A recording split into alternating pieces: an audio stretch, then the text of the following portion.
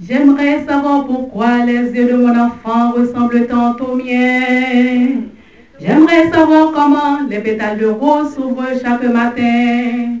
J'aimerais savoir pourquoi lorsque dans un grain devient un épi, comment une chenille devient quelques heures un papillon joli. Comment tous les grands fleuves descendent dans la mer sans jamais la remplir. Comment les hirondelles sans mon tout boussole savent qu'elles vont partir. J'aimerais savoir pourquoi l'eau des raies marées, la mer est déchaînée. Comment cette dodo, comme de petites pailles sont alors soulevées.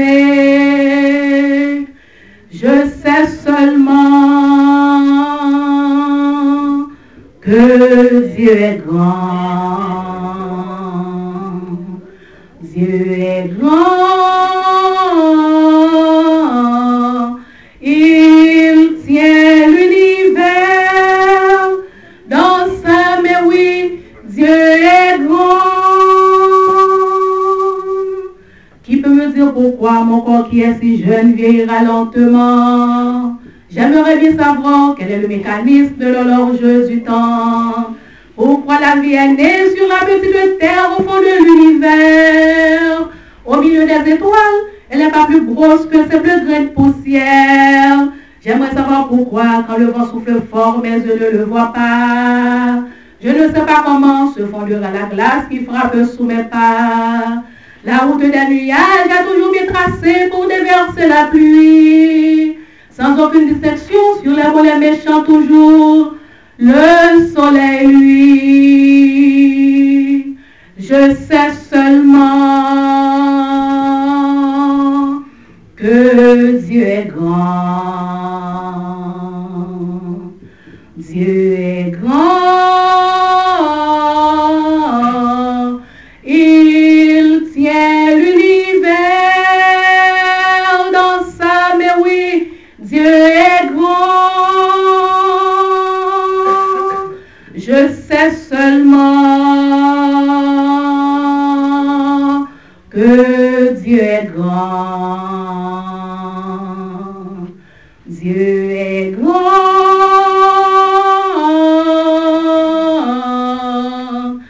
Il tient l'univers dans sa main, oui, Dieu est grand.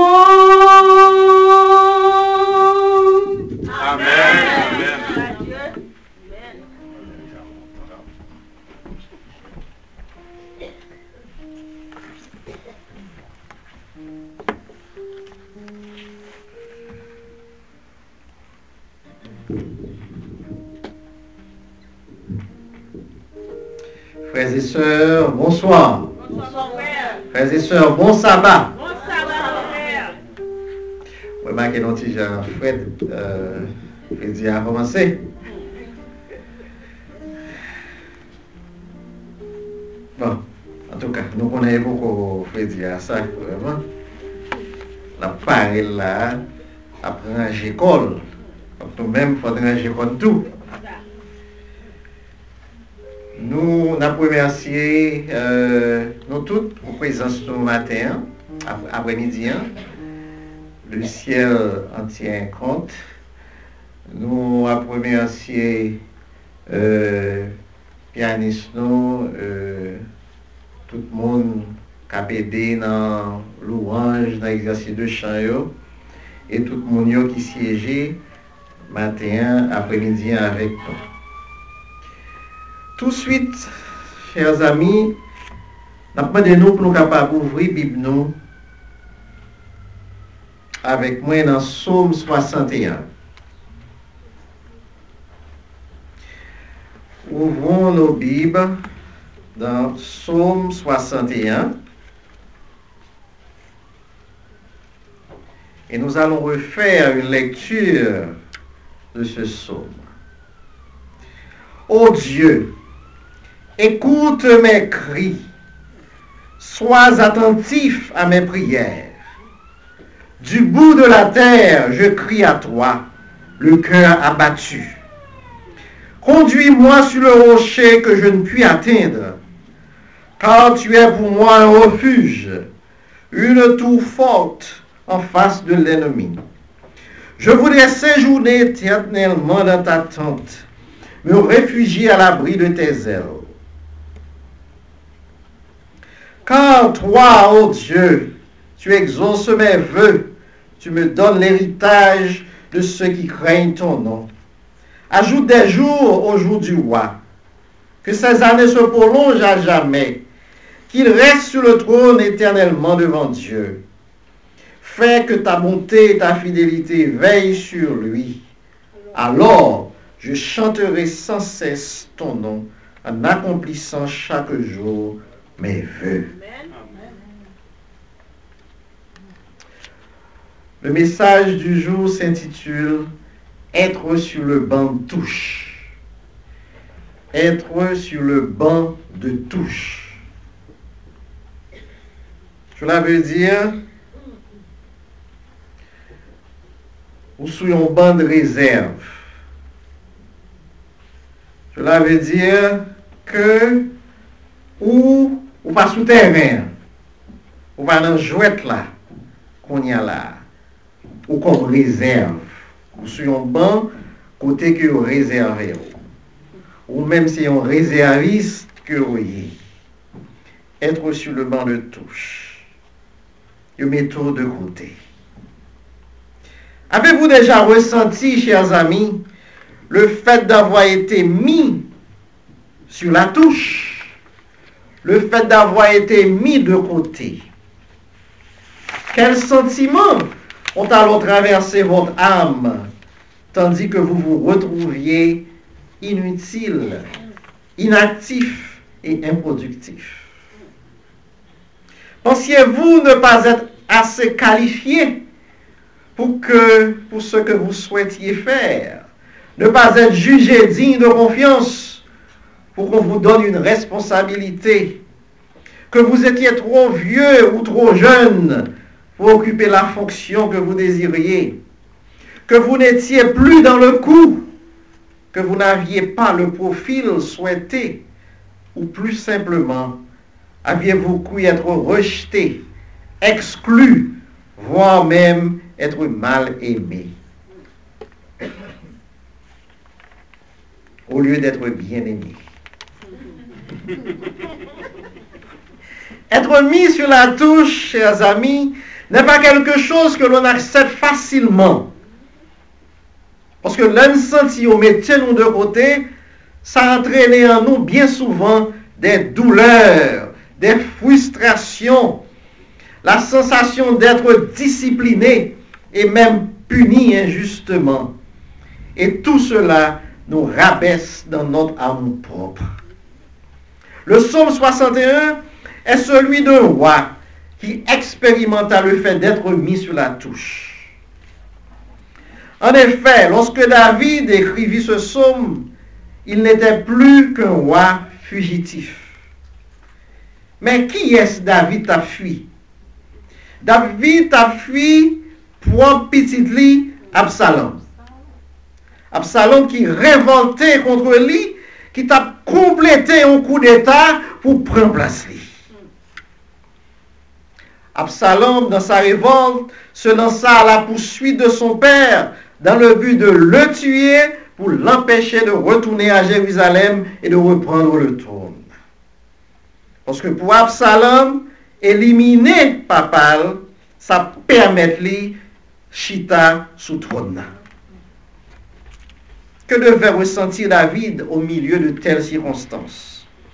Lui qui était le roi d'Israël, le voilà maintenant en fuite comme un brigand. Combien la douleur devait être vive et l'incompréhension présente dans son cœur. Est-ce que n'est pas difficile pour accepter de telles choses? Est-il possible d'en comprendre la raison? Il est très difficile pour un homme qui était plein de pouvoir et soudainement, il est en fuite. Nous avons un exemple ça avec un pile monde, un pile président qui passe en Haïti, qui était sous pouvoir, et puis un jour, quand ça est relevé, il a perdu le pouvoir, il va sous pouvoir encore. il est très difficile. Et que nous avons ces malades pouvoir, ils ont toujours essayé pour reprendre le pouvoir. Parce qu'il était en exil là très difficile, très dur.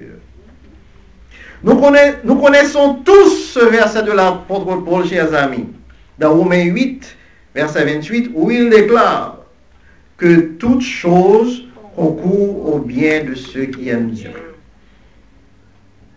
Mais au cœur de l'adversité et du combat, il n'est pas toujours facile de voir le bien fondé de l'expérience que l'on traverse. Nous n'avons pas toujours eu assez de recul pour discerner la main de Dieu en action dans notre vie. Dans le psaume 61, nous lisons une prière qui est en réalité le cri d'un homme dans l'abattement, le cri d'un homme dans l'opposition, le cri d'un homme dans l'adversité la plus farouche. Nous songeons en Haïti, il y a un moment, il y a le cri de Vertière. Monsieur politicien, il a lancé ça que il a dans le cadre de manœuvre politique, dans le cadre 18 novembre qui a fêté, une année, il a lancé le cri de Vertière. Côté que eux-mêmes, contrairement à ce que à qui est-ce nous-mêmes chrétiens n'a crié, mais eux-mêmes, ils ont crié plutôt à ancêtres. Ils ont pris les ancêtres, ils ont crié à eux, puis ils sont capables de voir ça qui a passé dans le pays, puis ils sont capables de venir au secours. Mais nous autres chrétiens, nous crions à Dieu. Oh Dieu, écoute mes cris. Dans le psaume 61, oh Dieu, écoute mes cris. Sois attentif à mes prières. Du bout de la terre, je crie à toi, le cœur abattu. Conduis-moi sur le rocher que je ne puis atteindre. Au travers de ce psaume, nous découvrons la réalité d'un homme qui n'a plus qu'un seul espoir, celui de trouver en Dieu le secours et la protection dont il a besoin. David, pendant qu'elle a fui, tandis qu'il était en fuite, passa le Jourdain et arriva à Manaïm, un lieu situé près du Jabbok. Dans 2 Samuel 17, verset 24, il est dit, David arriva à Manaïm et Absalom passa le Jourdain, lui et tous les hommes d'Israël avec lui. En arrivant à cet endroit, David déclara, toujours dans le psaume 61, « Car tu es pour moi un refuge, une tour forte en face de l'ennemi. Je voudrais séjourner éternellement dans ta tente, me réfugier à l'abri de tes ailes. » C'est dans cet endroit que David fut inspiré à écrire ce psaume. Il devait sentir dans ce lieu toute la grâce et la protection de Dieu qui entourait sa vie. Dans la suite du psaume, nous lisons un petit mot qui pourrait passer inaperçu si on ne s'arrêtait pas dessus pour en découvrir le sens. C'est le mot « pause ». C'est le mot « pause ». Une pause en hébreu se dit « Sélah ». S-E accent aigu, L-A-H. Ce qui signifie littéralement élevé ou exalté. Ce mot est aussi un terme technique employé en musique. Les musiciens qui sont à l'Assemblée peuvent me supporter dans ce sens-là. Pour permettre une interruption dans un morceau. Pas vrai, frère Isaac? Ainsi, lorsque un musicien lit une pause dans une partition, il sait qu'il doit s'arrêter de jouer pendant un certain laps de temps. La pause va permettre ainsi au musicien de reprendre son souffle afin de pouvoir poursuivre la suite de son morceau. Mais en même temps, elle va permettre par le silence qu'elle génère d'accentuer un certain passage musical. Quelle belle image nous est offerte au travers de ce psaume 61.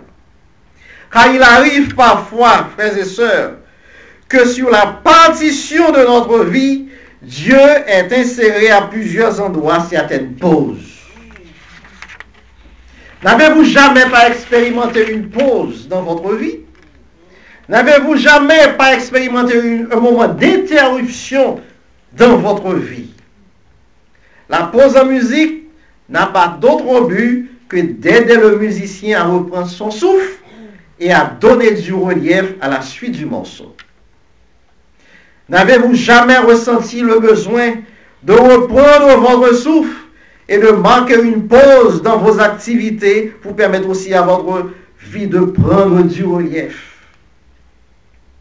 La pause en hébreu peut se traduire aussi par « élevez vos yeux et bénissez ». Il y a là encore une image intéressante à relever, car la pause est le moment idéal pour relever les yeux et pour bénir Dieu de ce qu'il nous a donné. Chers amis, avez-vous ces temps de pause dans votre vie? Des moments où vous arrêtez vos activités pour simplement élever vos yeux, sortir de vos préoccupations présentes pour simplement rendre grâce pour ce que vous avez et pour bénir ceux qui vous entourent. David, lui aussi, avait une pause dans sa vie. À Manaïm, David s'apprêtait à devoir combattre son fils et toute l'armée qui était à sa poursuite. Mais il est écrit dans 2 Samuel 17, les versets 27 à 29, que lorsque David fut arrivé à Manaïm, Scobi, fils de Nachak, de Rabat des fils d'Amon, Makir, fils d'Amiel, de Lodebar et Barzillai, le Galaadite, de Rogelim, apportèrent des lits, des bassins, des vases de terre, du froment, de l'orge, de la farine, du grain rôti, des fèves, des lentilles, des pois rôtis, du miel, de la crème, des brebis et des fromages de vache. Ils apportèrent ces choses à David et au peuple qui était avec lui afin qu'il mange. Car il disait, ce peuple a dû souffrir de la faim, de la fatigue et de la soif dans le désert. Il voulait que David et son peuple reprennent leur force afin d'envisager toute autre chose. N'y a-t-il pas encore dans toutes ces choses, frères et sœurs, une dimension spirituelle pour nous aujourd'hui? Car nous aussi, nous traversons des déserts difficiles. Nous évoluons dans des situations fatigantes et éprouvantes qui diminuent chaque fois plus nos ressources. Mais Dieu qui connaît nos forces et nos faiblesses, mieux que nous-mêmes, n'hésitera pas à placer une pause dans notre vie pour nous amener à expérimenter son repos à lui. Dans Ésaïe 30, verset 15, Dieu déclare, « C'est dans la tranquillité et le repos que sera votre salut. C'est dans le calme et la confiance que sera votre force. » Moi, songez, et nous tous là qui fanatiques sport, nous avons songé qu'on sait le moment où on a regardé un match, que ce soit un match de football ou bien un match de basketball, ou bien baseball, et j'en passe. Comment nous pouvons remarquer l'entraîneur lui-même, comment il a suivi le match là, comment le match a déroulé. À chaque fois que la caméra penchée sur l'entraîneur là, et puis nous garder entraîneur bien, nous garder visage d'entraîneur. Que ce soit pendant que l'équipe a perdu, ou bien pendant que c'est un match qui est vraiment difficile, que l'a joué en pile tension dans le match là, eh bien, nous gardé l'entraîneur ça, nous gardé le visage bien, comment l'a contrôlé ça qui a passé sur le terrain. Et parfois, l'entraîneur est obligé d'effectuer des changements pour permettre à un autre joueur capable de jouer dans le match ça. Soit que le joueur là est essoufflé, le joueur là fatigué, ou bien le joueur là il pas promettant rien sous terrain, et bien l'entraîneur lui-même l'a obligé de passer à l'action. Il est obligé de voir les yeux sur le banc de touche là. Pour ne pas qui est, il pourra remplacer un tel ou bien une telle cap joué.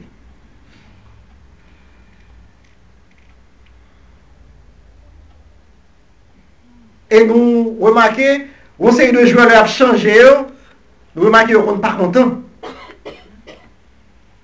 Oui, a changé, joueur a sorti, mais on regarde les visages, on n'est pas content le fait qu'il a remplacé le joueur là.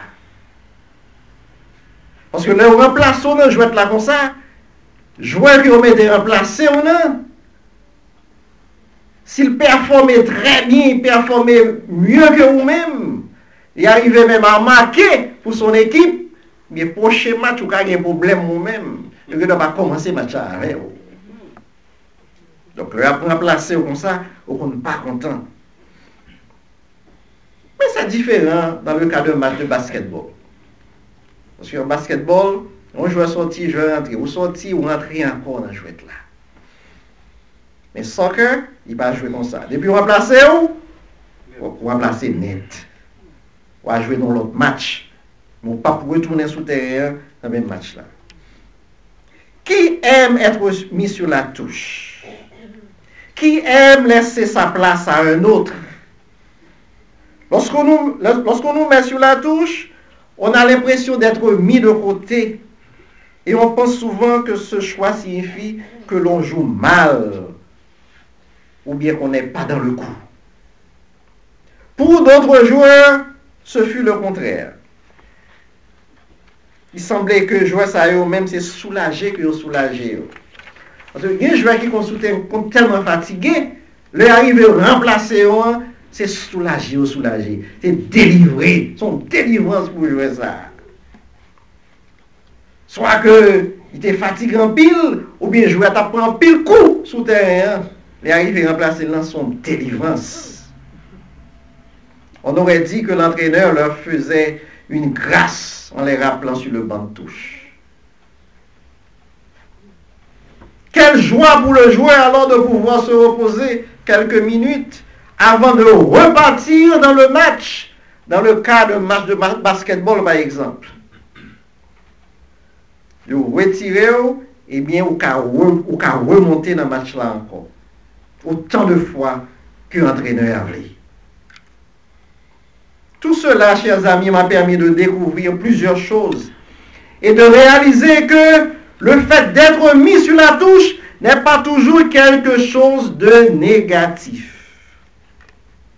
Il y a plusieurs raisons de la mise sur la touche. Premièrement, le joueur va tout d'abord pouvoir reprendre son souffle, car il est impossible de jouer correctement avec le souffle coupé. Ça, c'est la première raison. Lorsque nous regardons dans la Bible, nous découvrons que le souffle est le symbole du Saint-Esprit.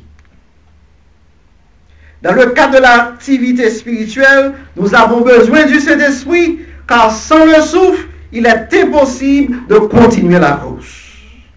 Dans le livre de Job 33, verset 4, il est écrit: « L'Esprit de Dieu m'a créé, et le souffle du Saint-Esprit du Tout-Puissant m'anime. » Deuxième raison d'être mis sur la touche. Bonne raison, bien sûr. Sur le banc de touche, le joueur va aussi pouvoir prendre du recul sur le match. Quelle était la première raison? Reprendre son souffle. Parce qu'avec le souffle coupé, il est impossible de jouer correctement. La deuxième raison, le joueur va pouvoir prendre du recul sur le match. Qu'est-ce que cela veut dire? Nous ne pouvons pas parfois, nous regardons un match et puis nous avons tout ça nous avons fait nous-mêmes. C'est regardons un goal le jeu a raté. Ça me paraît même pas champ besoin de ça sous terrain même. Chaque fois que ces joueurs sont entraînés à placer sous terrain, nous avons un problème. Regardons le goal n'est pas fait.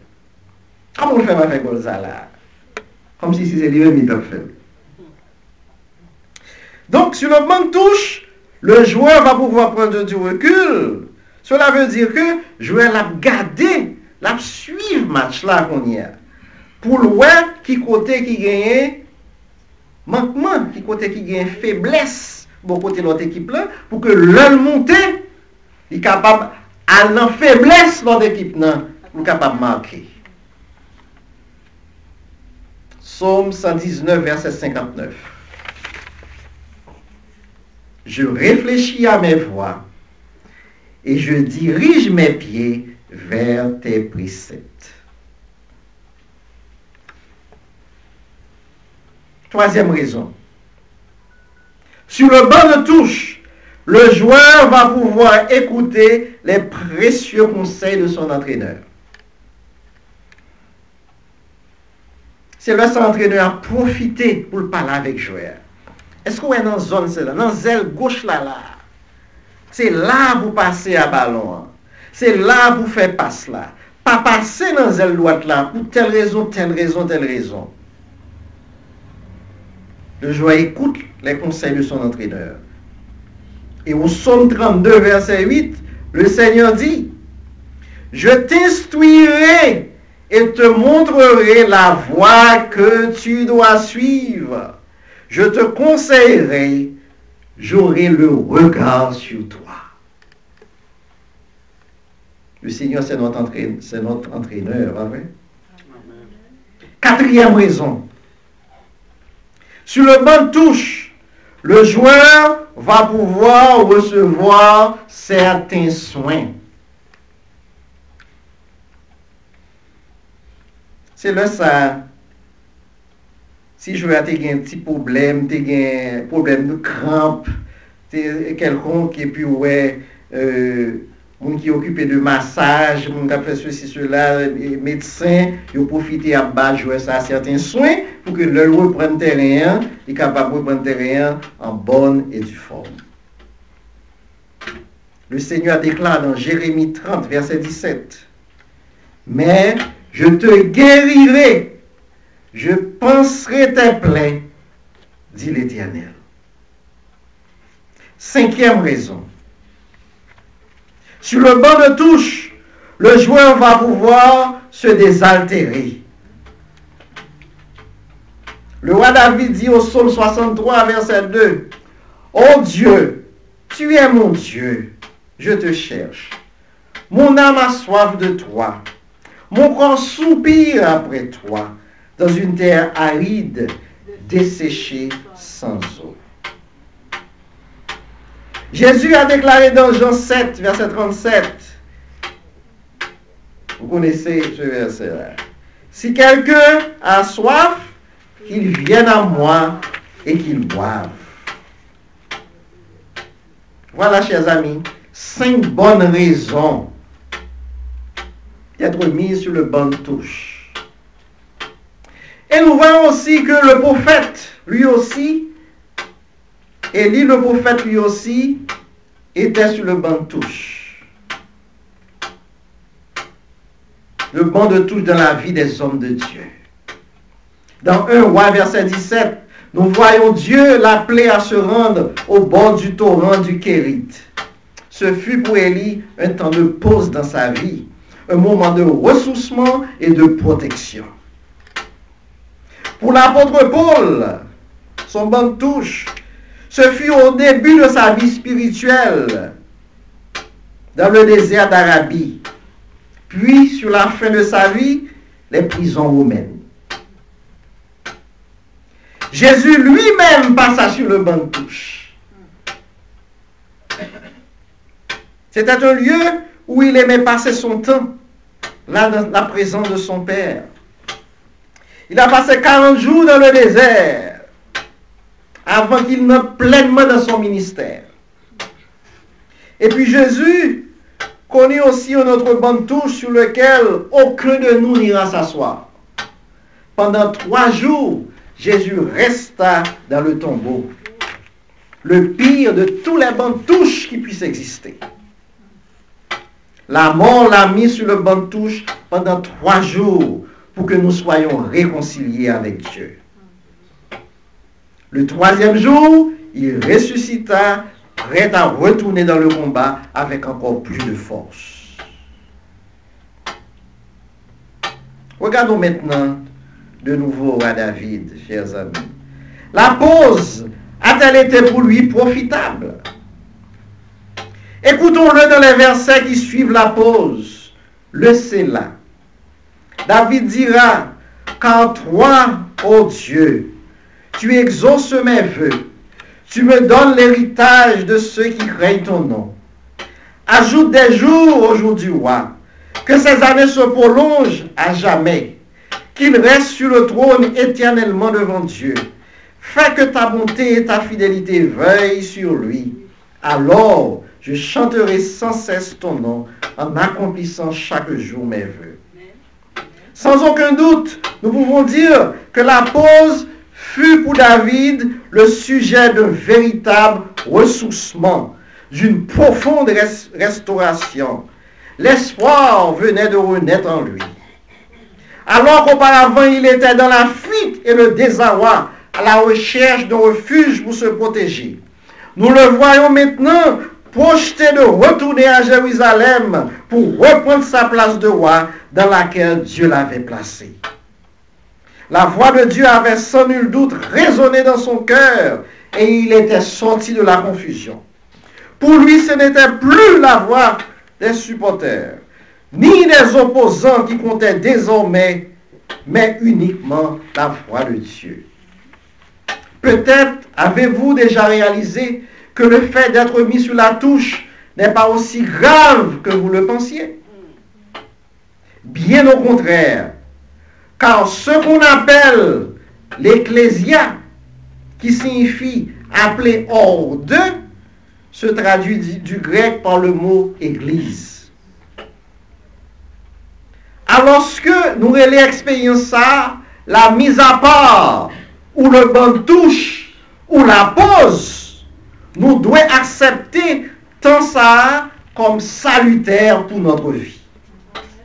David dira dans le dernier verset de son psaume, « Alors je chanterai sans cesse ton nom, en accomplissant chaque jour mes vœux. » Que ceux qui sont essoufflés, que ceux qui sont fatigués, que ceux qui sont assoiffés ou blessés puissent passer sur le banc de touche divin pendant que les autres continueront le match et que vite ils reviennent renouvelés et restaurés. N'essayez pas de jouer tout le match, chers amis, en espérant éviter le banc de touche, car la victoire passe irrémédiablement par ce passage essentiel. C'est ma prière.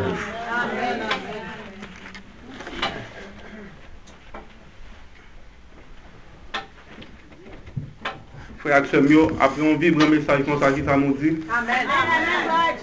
Pour nous mettre fin avec culte là, nous allons chanter pour nous conclure le numéro 357 pour suivre notre cours.